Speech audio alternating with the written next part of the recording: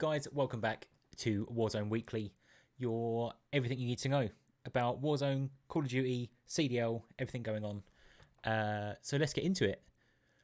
What has been going on? Not a whole lot is the short answer for you. We have no patch notes this week. Absolutely none. It is currently 20 past 8 in the evening in the UK, and no patch notes are out for this week. The only thing they have posted is what you can see on screen, which is the playlist update. So they're putting it a little bit awkwardly, but effectively what you've got is they're bringing in regular trios, removing third person, keeping solos, duos, quads, and they're keeping the unhinged trios. So effectively, if you want to play regular BR, you have all your modes, solos to quads, and they're also keeping unhinged trios. The only thing that's leaving basically is their third person BR. I don't know how popular it's been. I've seen quite a few videos online about it, so I think it has been quite popular amongst some people. So I don't know if they're removing it just to keep some hype around it, maybe. Like take it away from them, and then when they get it back, everyone will jump back onto it. So that'd be interesting actually to see. I didn't play it. I didn't try it. I've got to say. Did you jump into any? No, I haven't played it at all yet. I do think it'll be missed actually, because I think me and you talked about it before, but like I think there's a few communities of games that have a third person, like like your Gears of Wars or like the Last of Us sort of games, stuff like that. I think that it's an avenue for those people who like that game but want to play Call of Duty for them to get into it. But I think you are right in that they might be taking it away to try and like. So next time it comes back, everyone's like, "Oh wow, I can't wait to get on Call of Duty again." Yeah, the hype's back, brings people back to the game again, keeps them involved, and brings excitement back to the title, right? So that's what they want. Yeah. But apart from that playlist update, that's it. You've got no other updates. They did mention the crashes. Did someone tweet out? But was it a dev who a dev who tweeted about the crash is on PC? Yeah, well, it's the Beanox COD PC team, the ones that like basically Raven outsource, all the PC part of it, and they sort of help with that. They tweeted about all the crashes that are still kind of going on PC only. Yeah, still a lot of them. And they basically tweeted, and I know Raven Software retweeted this. That's where I saw it. That basically they were looked into it, and they looked into like the crash logs, as it were, and said, we think that a large majority of these, not all of them, but a large majority, are people with like sort of outdated NVIDIA drivers. Mm-hmm. So my advice would be to recommend it to look into that. They did give exact drivers, so if you have these ones or newer, you should be okay. You're not not okay still, but you might still get crashes. This is what they say. Yeah, you might still get crashes, but hopefully it's less likely. So NVIDIA drivers for like NVIDIA graphics cards, 526.86 or newer. So anything on that or above that, you should be better. And then AMD cards 22.9.1 or newer. Those are the ones you sort of need to. So you might want to check your NVIDIA GeForce and stuff like that and see, do I have a graphics driver update due, and have a look. And if so, I'd probably recommend it. I did one recently, and it did seem to help a little bit actually. Yeah, there's still definitely crashes. I've seen a lot of people still crashing out, but if yours is older, it might help you crash a little bit less. And you might get a few more enjoyable games out. But apart from that, Warzone is no more news. Modern Warfare 2, they've got no info out on Modern Warfare 2. Nothing, no notes on it, no updates, nothing's changed, which I'm very surprised at. So all your pistols are still broken in Warzone and everywhere else, so just crack on with those. But apart from that, CDL has actually been quite exciting, thankfully. Warzone and Modern Warfare haven't been exciting, but the CDL has actually been quite exciting. Been a lot going on. Yeah, it was the first sort of weekend of the qualifiers for the first major. Joe just put it on screen, and there was some good games. There was some really close ones. There was controversy, as is always the way with CDL. Honestly, there's always some controversy, some something that needs to be GA'd and all this sort of stuff. But um, it's quite a few like takeaways from the weekend. Yeah, Boston lot of Breach, teams. Yeah, a lot of teams winning both their games, which was very yeah, exciting. But Boston Breach winning both of their games 3-1. Against Atlanta FaZe and Seattle Surge, both yeah. winning both games 3-1. There was only two games that went 3-0, which was the London Ravens versus the New York Subliners and Optic versus Florida Mutineers. Only two games that went 3-0. So that's really exciting because those two play each other on Saturday the 9th, which is tomorrow as of recording this. Saturday night? Wait, that's not right, is it? I'm an idiot, right? Wait, hold on. Wait, it's on this page. It's on this page. Let's have a look. Saturday the 10th. There you go. It's at 9:30 p.m., which is where I've got the 9 from. So that'll be an exciting game to watch this weekend. If you're going to be catching up with your CDL, all streamed live over on Twitch for the Call of Duty League. So that's quite exciting. But a lot of exciting games. A couple of close games as well. London Ravens versus the LA Guerrillas. Exciting game, went 3-2. A lot of close calls in the game, and a lot to be interested in as well. Like when the season starts really getting going, I think you're going to see some very exciting games from those teams. Atlanta FaZe, LA Thieves going 3-2 to Atlanta FaZe.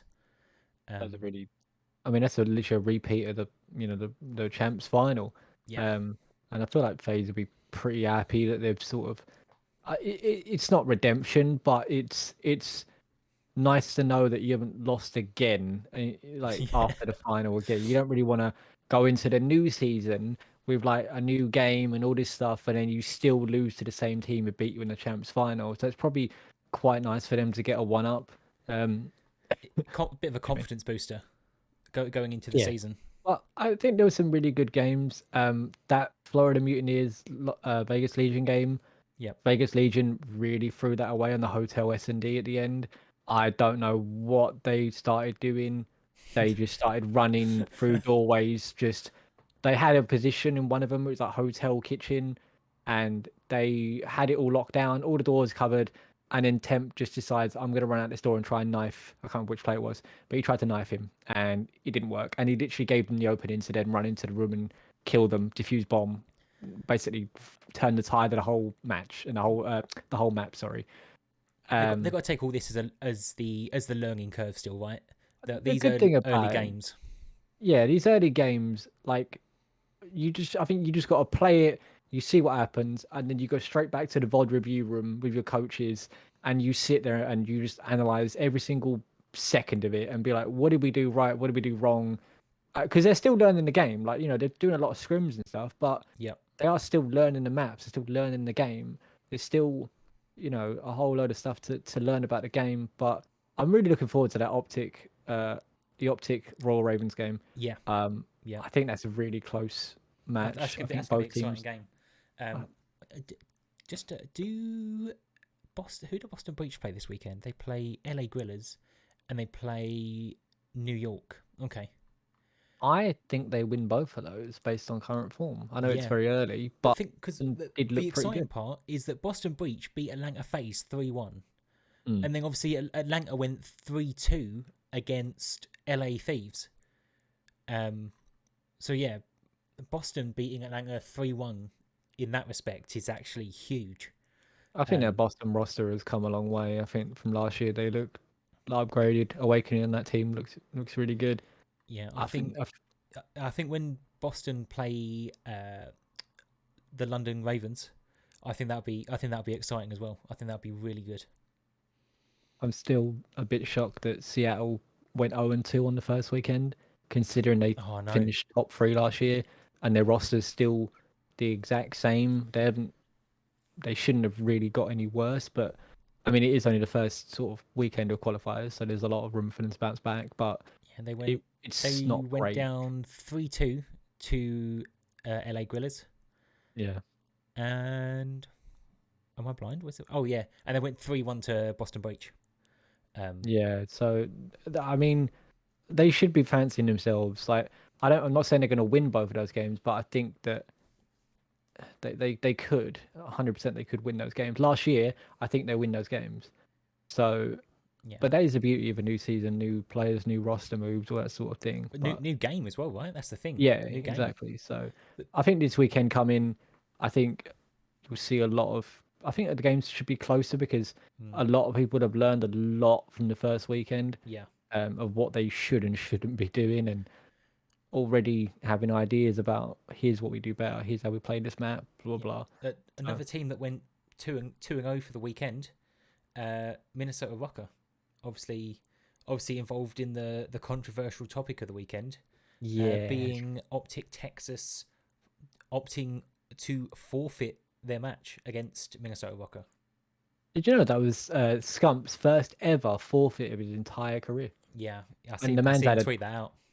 the man's had the most ridiculously long career, and it's still going. I mean, final season, so he says. Yeah, I hope he stays on, but I no, think it I might don't actually think be his there's final any season. way.